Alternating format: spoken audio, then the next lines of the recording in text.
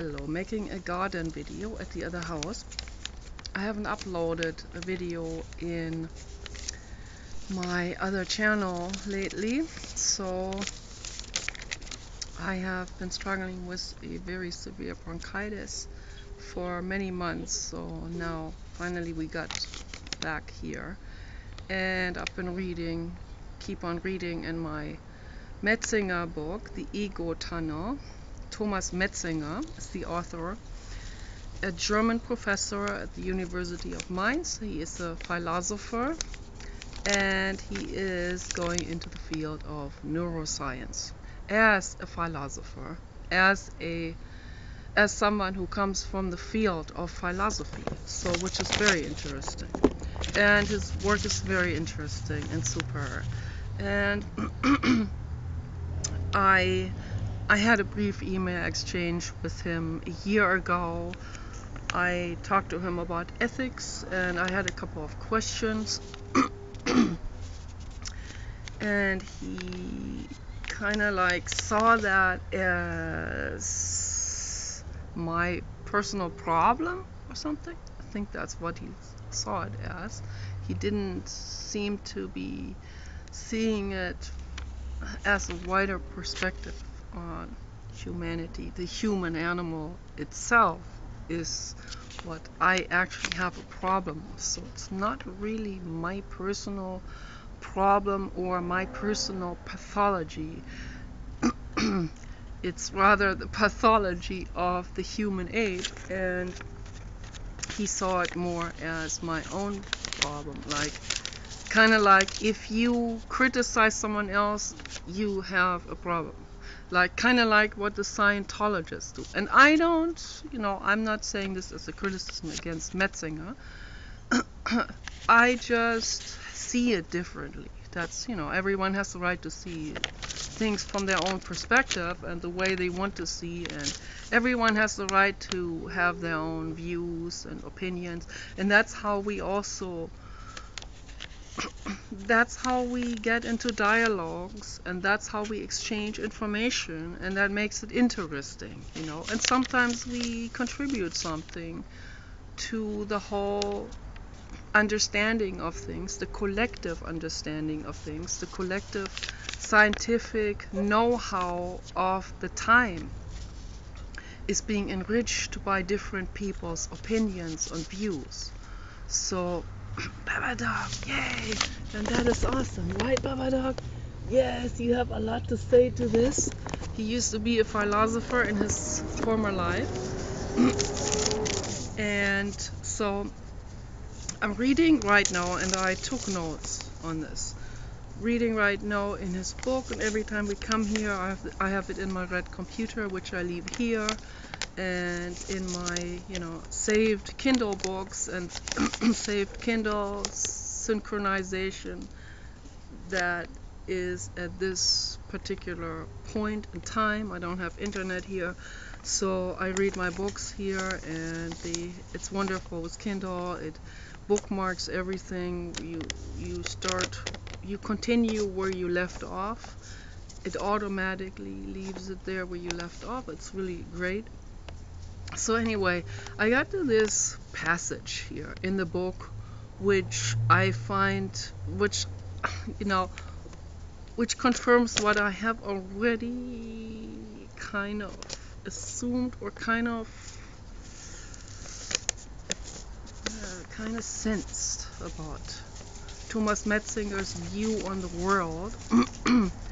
And I would have liked to have a little bit more detailed conversation with him and seen how he talks. I have listened to the interview, the conversation between him and Sam Harris, which is also very interesting, about the singularity and about which he gets into, which is the most fascinating thing there is. What is awareness, and what is the I?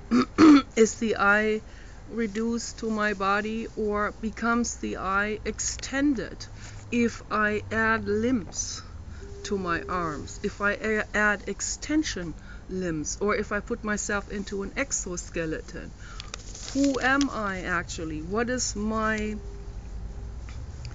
self understanding, the understanding, the representation image of myself? You know, how far does it extend out if we see ourselves maybe even in a robot halfway around the world that is operated by my brain and by my body, sort of like in cyberspace, you know. So all of these things are going to be coming, and Metzinger is a major contributor to these things because he's really getting into scientific research on this subject, and it's absolutely fascinating.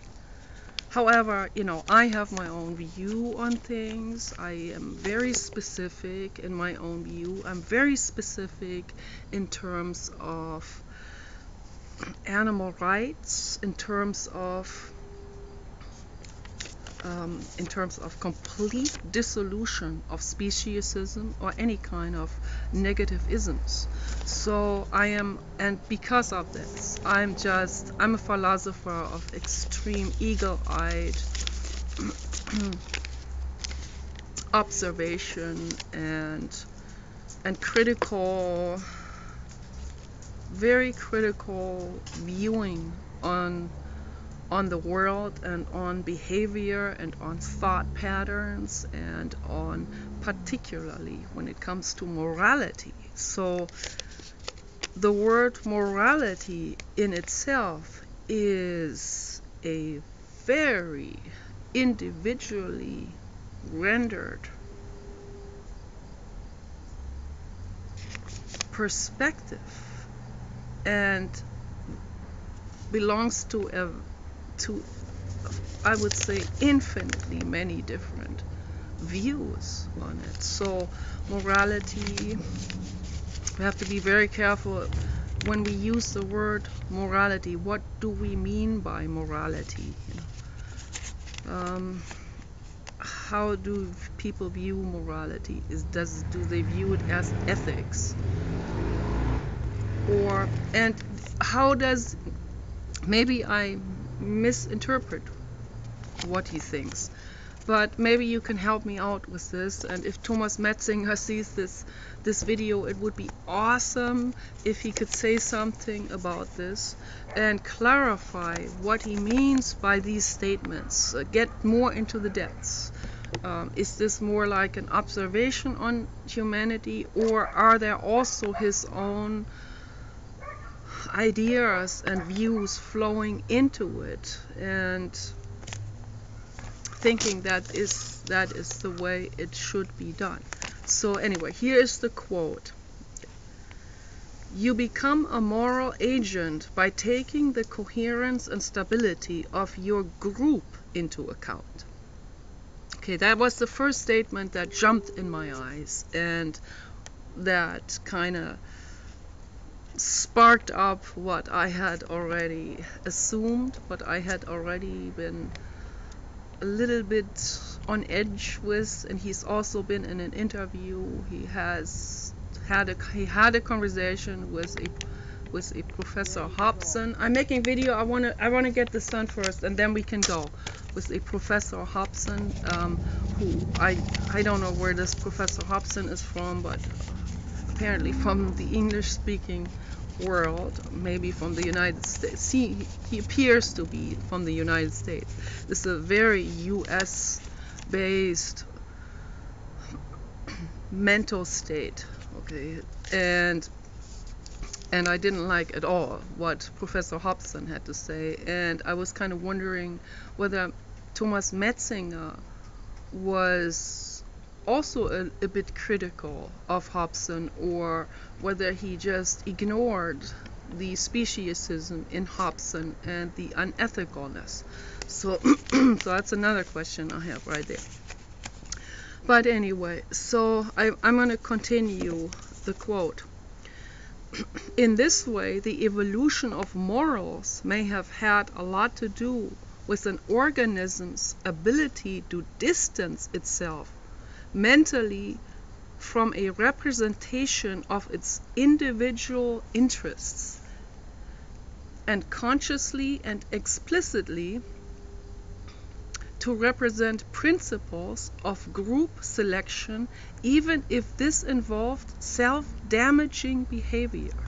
So is he for this type of group behavior, putting the group before your own well-being, which humans do, okay? Does he think this is so? And now comes, and then there were some other sentences that were not directly tying into this particular thing that I'm eyeballing. And then another quote underneath, which brings it more to that what I am already suspecting. I believe the human self model was successful because it installed your social group as an ideal observer in your mind, and to a much stronger degree than was the case in any other primate brain. So, with other words, he believes that the human self model was successful because it installed the social group ideas and ideals and understandings of morals, of ethics, as an ideal, or as an ideal observer, like vantage point, sort of, in someone's mind, and yeah, to a much stronger degree than was the case in any other primate. Yes, but that is exactly my criticism about humanity, and the chimpanzees are not that far away from that. There was behavior observed in chimpanzees, and not all chimpanzees, they are just as diverse as humans are. There are good chimpanzees, and there are medium chimpanzees, there are follower chimpanzees, and there are some troublemaker chimpanzees, and some very aggressive chimpanzees. So, just like in humans, and they seem to have a very, very, very, very similar ego, volatile type of behavior. And they seem to be jumping at the drop of a hat. Some of them, feel like they feel mocked. If they feel mocked, they become very aggressive. They can bite someone's head off. Very dangerous, because they're like 5 times stronger than a human man. And so they got a lot of that stuff going too, but since they don't have like a huge vocabulary or a language type of thinking, an abstract concept type of thinking, it's not that built out. It's getting there very, very gradually. Papa dog, don't do that. No, Papa dog, no. No, no, no, no, no, no, no. Papa dog's trying to get under the house. So, since no, you have to wait. No, and there you go. Yes, there you go. There you go. Papa dog has to wait. Yes, you have to wait. You have to be patient. Mama has to make the video first. Yes, very important before I lose my train of thought. I don't want to lose my train of thought. So, yeah, I think this is very important. It is very important to talk about this, and I want to also hear what other people have to say about this, and I want you to get really deep into this and write under the video what your thoughts are. Let me finish. This is very important.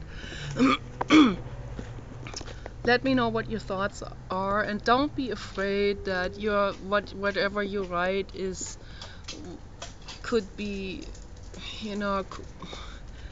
I know what you guys are afraid of. You're afraid that you might not sound smart enough or something. Please let me finish this video. It's very important.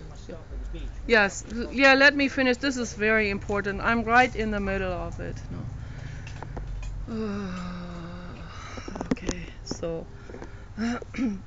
yeah, I'm not a fan of double standards, and I don't like hanging around with people that have a whole bunch of double standards going as my husband and most humans. I don't know about the chimpanzees, but again, there are kind-hearted chimpanzees. The last chimpanzee that's left on that island where they have done research on chimpanzees, all of the other ones died, even died young because they had trauma to deal with from the research. And the scientists, they just left, and they left all of these animals there to die and fend for themselves on a deserted island, on a very small island. And it's just this one good thing is that the chimpanzees didn't reproduce and create more suffering offspring, and they were probably so damaged psychologically and probably physically also from the research, from the animal testing that they have done, which is infinitely unethical. Right there, that's where my view on it comes in. And where I'm completely opposite to totally diametrically opposite to this Professor Hobson and to the Dalai Lama and all of these people that. And then Hobson even said he unashamedly states that he is in favor of exploiting animals, and then he says for helping humanity. Yay! Wow! Right there we have a major speciesism going. Okay, and this is absolutely unethical. It's absolutely wrong. It's unacceptable. Okay, we have the year 2018. And we're like way ahead now into the future. When I was 18, I was thinking about the 2000 years, that the years after 2000 and what will come after that, and I had an idealism and a hope and some kind of confidence, that things will be so advanced. But when I hear people like this professor talk, then I am extremely disappointed, and I feel like times are not that progressive yet. Okay, so obviously, even though we have the year 2018, I don't know if this guy is old or something, old schooler or something, some kind of old schooler Harley driver libertarian or something from the United States. I don't know. I don't have a face to that statement, to those statements that I read in Thomas Metzinger's book. Okay. But it gives me a pretty clear idea on how this person is thinking and feeling. Like a complete badass, super mega asshole. And I think we should call the kid by the name. We shouldn't be beating around the bush or around the subject. We should really say it. We should also say how we feel about things and not always try to be politically correct or try to be polite. This whole polite stuff is just a bunch of rhetoric, and it is wasteful baggage, and it is just a waste of time. That's what it is. And that's why I invite the public to say what's on their minds. If people act like a complete douche, then they should not be surprised if someone will say something and stand up and say, hey, wait a minute, I'm gonna call the kid by the name. I'm going to call you for what you are, an asshole. Okay. So I sure hope Metzinger is not on the same bandwagon with that guy. So that would be really sad for me to see, because you know, Metzinger. I think very highly of him. And the whole world thinks highly of you, Thomas Metzinger. Yeah, so I hope you don't jump on the bandwagon with those US douchebags. That would not be cool. Okay, so let's jump on the bandwagon with the cool people like Dr. Bruce Lipton. Okay, the real cool people like Dr. Barbara McClintock. Okay, the real stellar people, or Dr. Ben Goertzel and David Hansen. And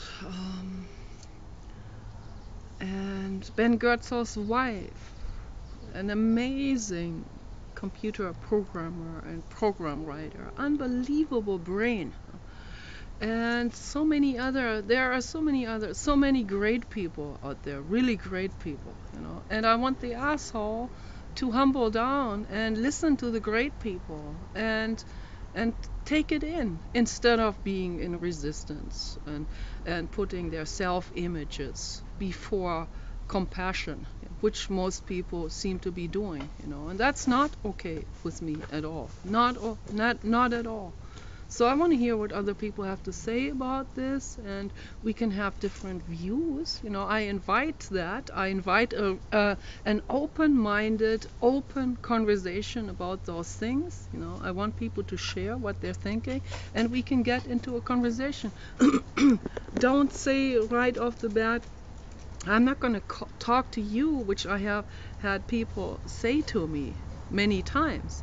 Or they will say to each other, don't talk to her, you know. Or people will say, don't talk to her, you're going to lose the argument. What is this about, this losing? I'm not here to win anything. I'm here to share, okay? What is this about? What is this always about, this losing? Like, can we talk in terms of making the world better, or is talking to you a computer game where one wins and one loses, you know? So let's put this into perspective and let's have an open conversation on these things. Okay, you guys take care. Bye bye.